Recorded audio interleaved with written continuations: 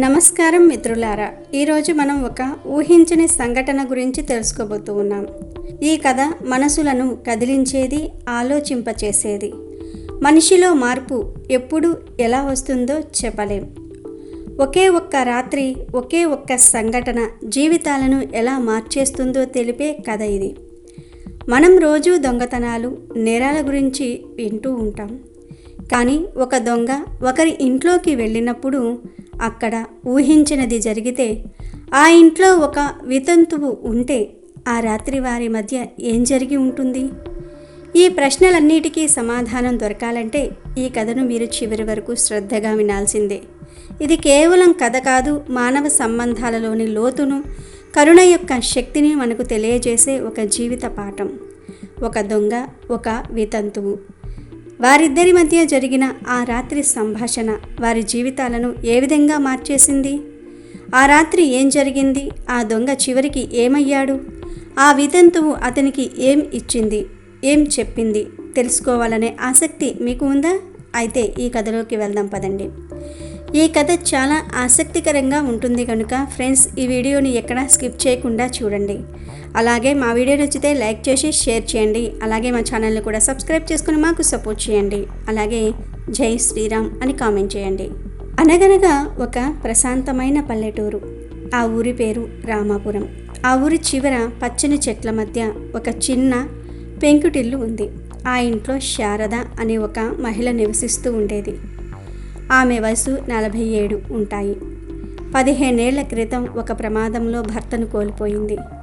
అప్పట్నుంచి ఒంటరిగానే తన జీవితాన్ని గడుపుతోంది. ఒక దగ్గరి బంధువులు ఎవరూ లేరు. తనకు ఉన్న కొద్దిపాటి పొలంలో వ్యవసాయం చేసుకుంటూ వచ్చిన దానితోనే సంతృప్తిగా జీవిస్తోంది. శారద చాలా సున్నితమైన మనసు కలది, కానీ అదే సమయంలో చాలా ధైర్యవంతురాలు. ఎవరితోనూ అనవసరంగా మాట్లాడదు. తన పని తాను చేసుకుంటూ ప్రశాంతంగా బ్రతుకుతుంది. ఆమె ముఖంలో ఎప్పుడూ ఒక తెలియని విషాదం, ఒక నిశ్శబ్దం తాండవిస్తూ ఉండేవి. ఆమె ఒంటరితనం ఆ ఇంటి నిశ్శబ్దాన్ని మరింత పెంచేసింది. అదే ఊరిలో కిరణ్ అని ఒక 20 ఏళ్ళు యువకుడు ఉండేవాడు. కిరణ్ చిన్నతనంలోనే తల్లిదండ్రులను పోగొట్టుకున్నాడు. బంధువులు ఉన్నా ఎవరూ అతని చేరదీయలేదు. అతని పెంచిన అమ్మమ్మ కూడా పోవటంతో బ్రతకడానికి చిన్న చిన్న పనులు చేసుకునేవాడు. ఊరిలో నారాయణ అనే ఒక వ్యక్తి అతన్ని చేరదీశాడు. కానీ అతని కొడుకు రవికి కిరణ్ మీద అసూయ పెరిగి అతన్ని ఎప్పుడూ వేధిస్తూ ఉండేవాడు. రవి దురలవాట్లకు బానిసై సులభంగా డబ్బు సంపాదించాలనే దురాశతో తప్పుడు మార్గం పట్టాడు. కిరణ్ను కూడా ఆ మార్గంలోనికి లాగాడు. మొదట్లో భయపడినా రాను రాను అదే అతనికి సులభమైన మార్గంగా అనిపించింది.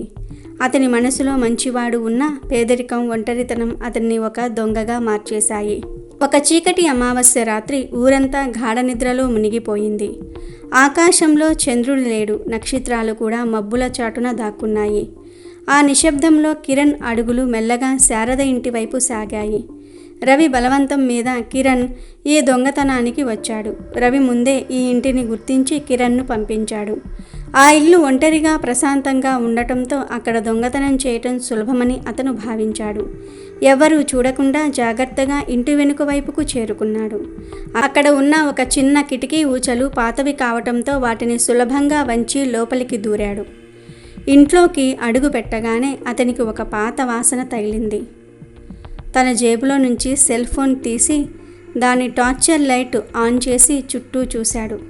ఇల్లంతా చాలా సాదాసీదాగా ఉంది. కొన్ని పాత సామాన్లు, ఒక చెక్క మంచం, గోడకు తగిలించిన కొన్ని దేవుడు పటాలు, విలువైన వస్తువులు ఏవి అతని కంటికి కనిపించలేదు. అతనికి తీవ్రమైన నిరాశ ఆవరించింది. ఇంత ధైర్యం చేసి ఇంట్లోకి వస్తే కనీసం 100 రూపాయలు కూడా దొరికేలాగా లేదే అని విసుక్కున్నాడు.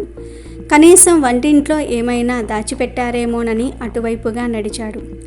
అలా నడుస్తూ ఉండగా అతని కాలు ఒక రాగి చెంబుకు తగిలి అది పెద్ద శబ్దంతో కింద పడింది. ఆ శబ్దానికి గదిలో నిద్రిస్తున్న శారద ఉలిక్కిపడి లేచింది. తన ఇంట్లో ఎవరో ఉన్నారని ఆమెకు వెంటనే అర్థమయ్యింది. ఆమె గుండె దడదడలాడింది. భయంతో శరీరం చెమటలు పట్టింది. దొంగలు పడ్డారని గ్రహించింది. ఏం చెయ్యాలో పాలుపోలేదు. గట్టిగా అరవాలా, కానీ అరిస్తే ఆ దొంగ తనను ఏమైనా చేస్తాడేమోనన్న భయం. మౌనంగా ఉంటే ఉన్న కాస్తో కూస్తో కూడా దోసుకుపోతాడు. కానీ తన ఇంట్లో దోచుకోవడానికి ఏముంది? ఈ ఆలోచన రాగానే ఆమెకు కొంచెం ధైర్యం వచ్చింది. మెల్లగా మంచం మీద నుండి లేచి దీపం వెలిగించుకుని గది తలుపు వైపు నడిచింది. ఇంతలో కిరణ్ ఆ శబ్దానికి అప్రమత్తమయ్యాడు. ఇంట్లో వాళ్ళు లేచారని అర్థం చేసుకుని తన నడుముకు ఉన్న చిన్న కత్తిని చేతిలోనికి తీసుకున్నాడు. ఎవరైనా ఎదురు వస్తే వారిని భయపెట్టి అయినా సరే పని కానిచ్చుకుని పారిపోవాలనుకున్నాడు. సరిగ్గా అదే సమయానికి శారద చేతిలో దీపంతో అతని ముందు నిలబడింది. ఆ దీపం వెలుగులో ముఖానికి ముసుగు వేసుకొని చేతిలో కత్తితో నిలబడిన కిరణ్ను చూసింది. ఆమె ఒక్క క్షణం భయపడినా వెంటనే తేరుకుని ధైర్యంగా నిలబడింది. కిరణ్ కూడా ఆమెను చూశాడు. ఆమె కళ్ళల్లో భయం కంటే ఒక రకమైన నిర్లిప్తత, ప్రశాంతత కనిపించాయి. అతను ఆశ్చర్యపోయినా తన పాత్రను మర్చిపోకుండా కత్తిని ఆమె వైపు చూపిస్తూ, ఎవరే నువ్వు? అరవకుండా ఇంట్లో ఉన్న డబ్బు, నగలు ఎక్కడున్నాయో చెప్పు, లేదంటే నా చేతిలో నీ ప్రాణం పోతుంది అని కఠినంగా అన్నాడు. శారద అతని వైపు జాలిగా చూస్తూ, నాయనా, నా పేరు శారద. ఈ ఇంట్లో నేను తప్ప ఇంకెవ్వరూ లేరు. నువ్వు వెతుకుతున్న డబ్బు, నగలు నా దగ్గర లేవు.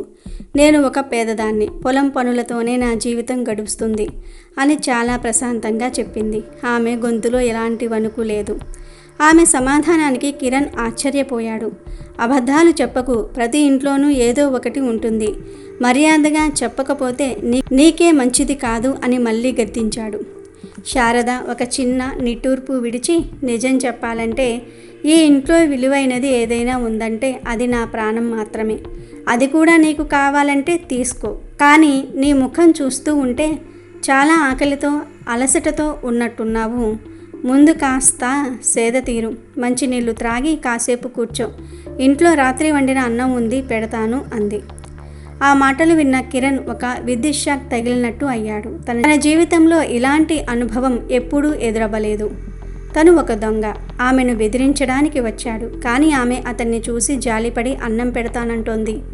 అతని చేతిలోని కత్తి పట్టు సడలింది. అతని మెదడు మొద్దుబారిపోయింది. అతను ఏం మాట్లాడాలో తెలియక అలాగే నిలబడిపోయాడు. శారద అతని పరిస్థితిని గమనించి వంటింట్లోకి వెళ్ళి ఒక గ్లాస్ నిండా నీళ్లు తెచ్చి అతనికి అందించింది. కిరణ్ మారు మాట్లాడకుండా ఆ నీళ్లు త్రాగాడు.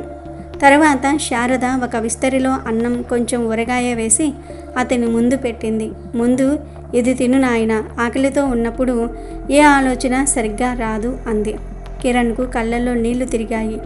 తనను ఎవ్వరూ ఇంత ఆప్యాయంగా ఎప్పుడూ పలకరించలేదు. అందరూ తనను ఒక అనాథగా, దొంగగా చూశారు. కానీ ఈమెలో అతనికి తన తల్లి కనిపించింది. అతను ఆ అన్నం ముద్దను చూస్తూ ఉండిపోయాడు. తినడానికి చేతులు రాలేదు. శారద అతని దగ్గర కూర్చొని, ఎందుకు నాయనా ఈ తప్పుడు దారి పట్టావు? నీకు మంచి వయసుంది. కష్టపడి పనిచేస్తే ఎంతో బాగా బ్రతకవచ్చు. ఈ దొంగతనాలు, నేరాలు ఎవరికి మంచి చేయవు అని మృదువుగా చెప్పింది. ఆమె మాటలకు, ఆమె చూపిన ఆప్యాయతకు కిరణ్ కరిగిపోయాడు. తన ముఖానికి ఉన్న ముసుగును తీసేశాడు. అతని కళ్ళ నుండి ధారగా కన్నీరు కారటం మొదలయ్యింది. శారద అతని దగ్గరకు జరిగి అతని తలపై చెయ్యి వేసి, ఏడవకు నాయనా, నీ బాధేంటో నాతో చెప్పు. నేను నీకు పెద్దగా సహాయం చేయలేను, కానీ నీ భారాన్ని పంచుకుంటాను అంది. అప్పుడు కిరణ్ తన గతాన్ని, తన ఒంటరితనాన్ని, తన పేదరికాన్ని, తను దొంగగా మారిన పరిస్థితులను ఆమెకు ఏడుస్తూ చెప్పాడు. అమ్మా, నన్ను ఎవరూ ప్రేమించలేదు, ఎవరూ నా ఆకలిని తీర్చలేదు. కానీ నేను నిన్ను దోచుకోవడానికి వస్తే నువ్వు నాకు అమ్మలా అన్నం పెడుతున్నావు. నేను చాలా తప్పు చేశాను, నన్ను క్షమించు అని ఆమె పాదాలపై పడబోయాడు. శారద అతన్ని వారించి, నాయనా, తప్పు చేయటం మానవ సహజం. కానీ దాన్ని తెలుసుకొని పశ్చాత్తాపడటంలోనే గొప్పతనం ఉంది. నువ్వు చేసిన తప్పును నువ్వు గ్రహించావు, అదే చాలు. ఇకపై ఈ చెడ్డ పనులు మానేసి మంచిగా, నిజాయితీగా బ్రతుకు. నీకు ఎవరూ లేరని బాధపడకు. ఈ రోజు నుండి నేను నీకు అక్కగా ఉంటాను. నువ్వు నాకు తమ్ముడివి. ఈ ఇల్లు నీది కూడా అని చెప్పింది.